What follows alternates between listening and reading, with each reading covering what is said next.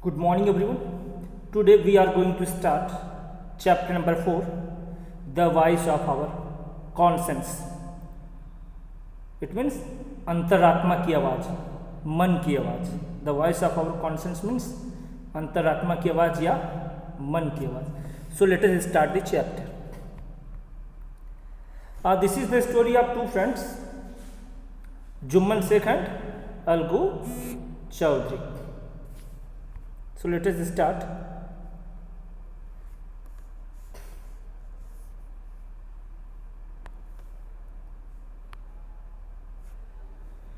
Jumman Sheikh and Algu Chaudhary had been close friends from their childhood. Now the writer tells us that Jumman Sheikh and Algu Chaudhary both were close friends from their childhood. Writer बताता है कि जो जुम्मन शेख थे और जो अलगू चौधरी थे, इन दोनों की जो दोस्ती थी वो बचपन से ही थी. मतलब ये दोनों बचपन से ही बहुत ही घनिष्ठ या क्लोज मित्र थे. The two were inseparable and lived close to each other in the same village. The two means यहाँ पे द टू का मतलब क्या हुआ? Jumman Shaikh and Algu Chaudhry were inseparable means their bonding was inseparable. उनका जो बंधन था, जो बॉन्डिंग थी, वो कभी टूट नहीं सकती थी. Means they were very close friends. वो दोनों बहुत ही घनिष्ठ मित्र थे. And live close to each other in the same village. And they lived in the same village. और वो दोनों एक ही गांव में रहते थे. मतलब वो दोनों एक ही गांव में रहते थे और उन दोनों का घर भी बगल में ही था. Their friendship was founded on a common outlook and a deep trust in each other. तो उनकी जो दोस्ती थी, उसकी जो शुरुआत हुई थी वो सामान्य तरीके से हुई थी और अंत में जाकर दोनों इतने गहरे दोस्त बन गए कि दोनों को एक दूसरे पर बहुत ही ज़्यादा गहरा विश्वास हो गया था. मतलब दोनों एक दूसरे पर बहुत ही ज़्यादा विश्वास करते थे. देखिए, जो ईच अदर है यह रेस्पोरिकल प्रोनाउन है और यह दो लोगों के लिए यूज होता है, for two person. Neither any discord nor any rancour ever blemish their friendship.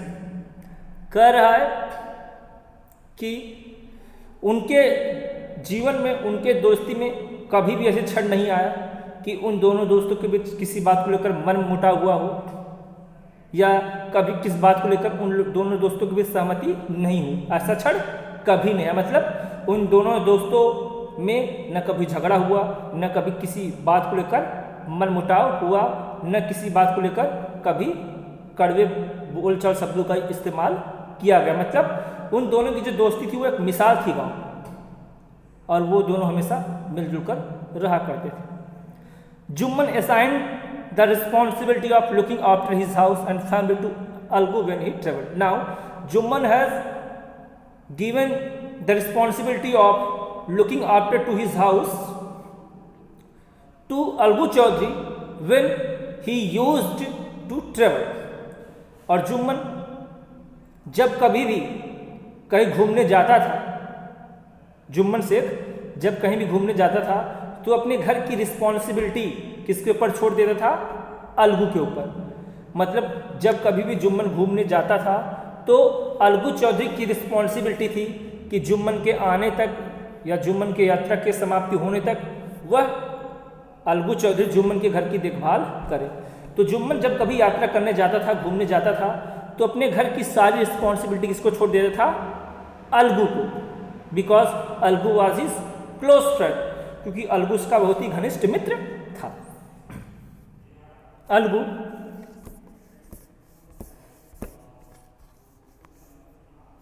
Algu did the same when required and Algu did the same when required. और अलगू भी ऐसा करता था जब उसको इसकी जरूरत होती थी.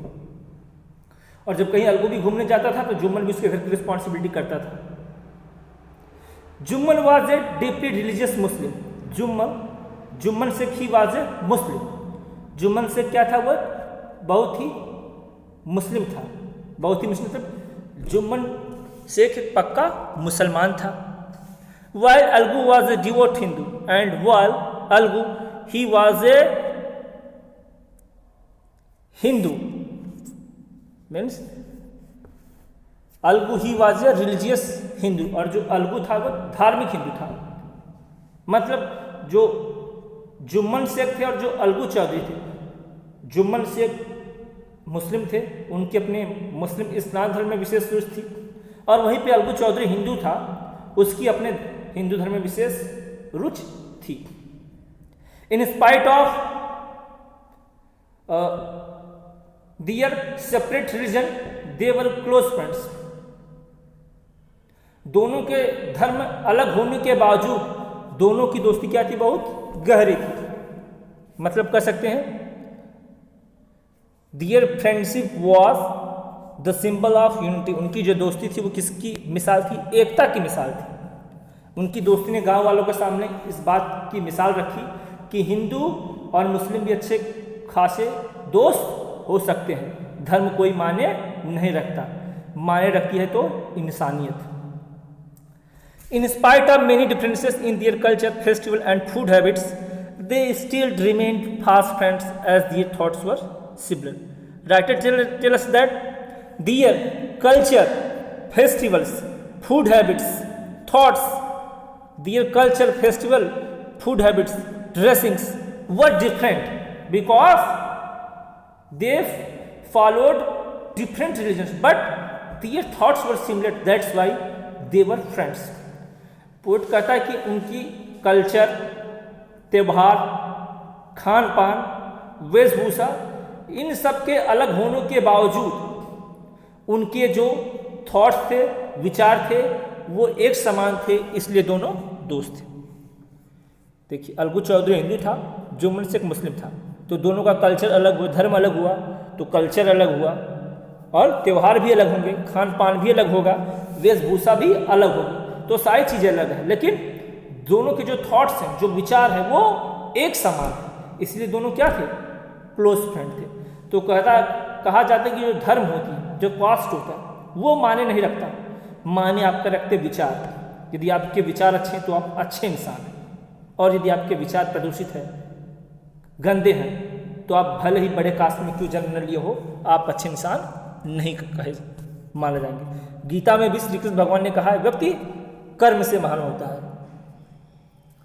The villagers admired the friendship between the two and loved them for it. The whole village admired the friendship of Algu Chaudhary and Jumman Sheikh and loved them for it.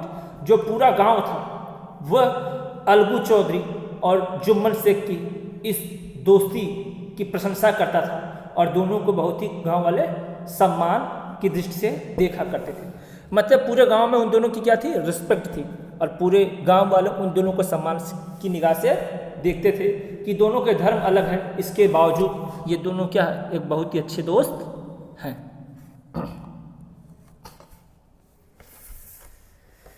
The two had their basic education under the tutelage of Jumman's father. और दोनों ने जो अपनी प्रारंभिक शिक्षा थी वो किससे ली थी, जुम्मन के फादर से ली थी। इसका तो जुम्मन के फादर शिक्षक रहे होंगे, अध्यापक रहे होंगे, तो जुम्मन शेख और अलगू चौधरी दोनों ने एजुकेशन जुम्मन के फादर से ली थी, जो प्रारंभिक शिक्षा थी, गांव की शिक्षा थी। Jumman grew up and become a dependable writer of डिड्स and agreements. और जुम्मन बड़ा होकर वह डिड्स एंड एग्रीमेंट्स, मतलब ये जो लेखा जोखा वाला काम होता है, जो लीगल डॉक्यूमेंट्स होता है, उसका वो लेखक बन गया, उसका हिसाब किताब रखने वाला इंसान बन गया। The villagers treated him with regard for this. तो जब वो डिड्स और एग्रीमेंट्स का वो राइटर बन गया, इन सब का लेखा जोखा लिखने वाला बन गया, तो जो गांव वाले थे जुम्मन को बहुत ही सम्मान की दृष्टि से देखा करते थे। Algu didn't quite lose his influence in the village. और जो अलगू था उसका भी गांव में प्रभाव कम नहीं था। He was affluent. जो अलगू चौधरी था, he belong to a rich family. Algu Chaudhary धनी परिवार से बिलोंग करता था, मतलब अलगू चौधरी क्या था, धनी व्यक्ति था। And that got him the Prestige and respect before the village. और उसी की वजह से सारे गांव में उसकी प्रतिष्ठा और सम्मान था। अलगू चौधरी एक धनी व्यक्ति था, जिसकी वजह से पूरे गांव में उसकी प्रतिष्ठा, सम्मान और वर्चस्व था।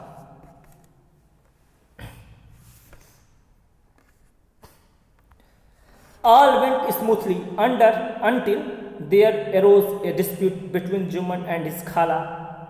Means everything was going in right direction until there arose a dispute between Juman and his Khala.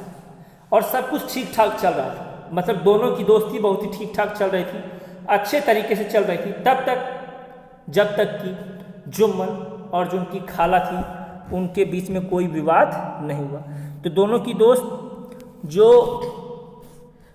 दोस्ती थी वो बहुत ही अच्छी चल रही थी। और एक दिन क्या, जो जुम्मन है, जुम्मन शेख, उनकी खाला के साथ वाद विवाद होता है। खाला मतलब जहाँ तक मेरे हिसाब से जो मौसी होती है उसी को खाला कहा जाता है। खाला मतलब जैसे जो आपकी मौसी है, शायद मुसलमान में उसको खाला कहा जाता है, जो भी हो। तो एक बार क्या होता है, जुम्मन और जो उनकी खाला है,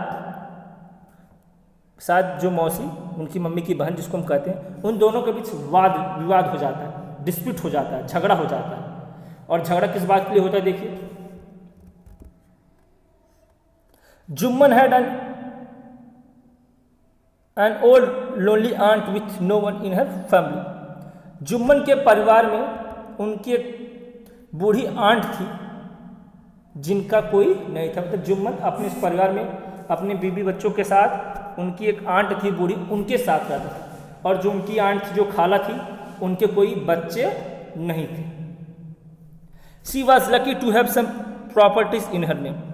और जो जुम्मन की खाला थी उनके नाम पे कुछ प्रॉपर्टी थी, कुछ संपत्ति थी, कुछ जमीन जायदाद थी।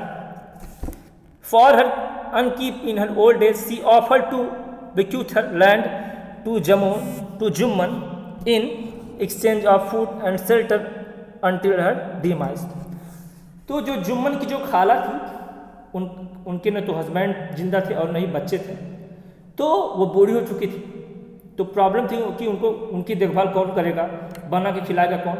तो जो जुम्मन की खाला थी, उन्होंने जुम्मन को अपनी ज़मीन दे दी और बोली कि ये मेरी ज़मीन तुम देखो, तुम्हारे नाम है, और तब तक जब तक कि मैं मर न जाऊँ।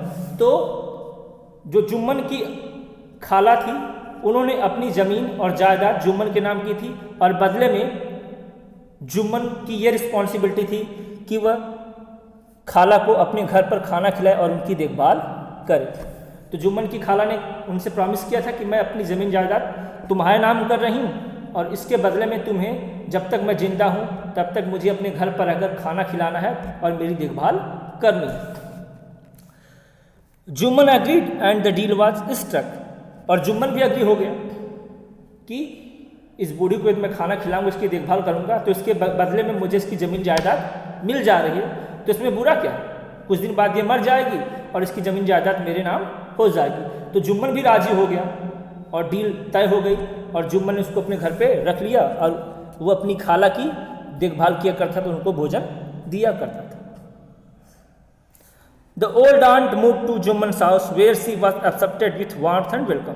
और उसके बाद जो जुम्मन की खाला है, जो जुम्मन की मौसी, शायद मौसी जिसको कहा जाता है, वो जुम्मन के घर पे चली जाती है, और जुम्मन के घर वाले भी उनका स्वागत करते हैं। जुम्मन के घर पर उनकी बहुत ही गर्मजोशी से, अच्छे से स्वागत होता है, सत्कार होता है। क्यों? क्योंकि उन्होंने अपनी ज़मीन जायदाद किसके नाम कर दी थी? जुम्मन के नाम कर दी थी, इसलिए जुम्मन भी उनकी अच्छे से देखभाल करता था।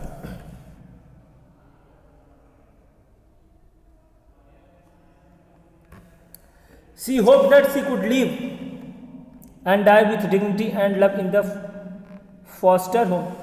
और उसने भी आशा की थी कि वो जब तक जिएगी सम्मान के साथ जिएगी, और वह जो उसका पैतृक घराना उसको उसमें रह सकेगी। ये मतलब कुल मिला के जब तक वो जिएगी सम्मान के साथ रह सकेगी। The responsibility of looking after the old lady fell on Jumman's wife Kariman, and the responsibility of looking after the khal of Jumman। और जो जुम्मन की जो खाला थी, मौसी थी, उनकी देखभाल करने की जिम्मेदारी किसके ऊपर थी? जुम्मन की वाइफ कारीमान के ऊपर थी। तो जो जुम्मन की पत्नी है, उनके ऊपर ये रिस्पॉन्सिबिलिटी है कि वो जो जुम्मन की मौसी है, जो उनकी खाला है, उनकी देखभाल करे। तो आज यहीं तक। Thank you everyone.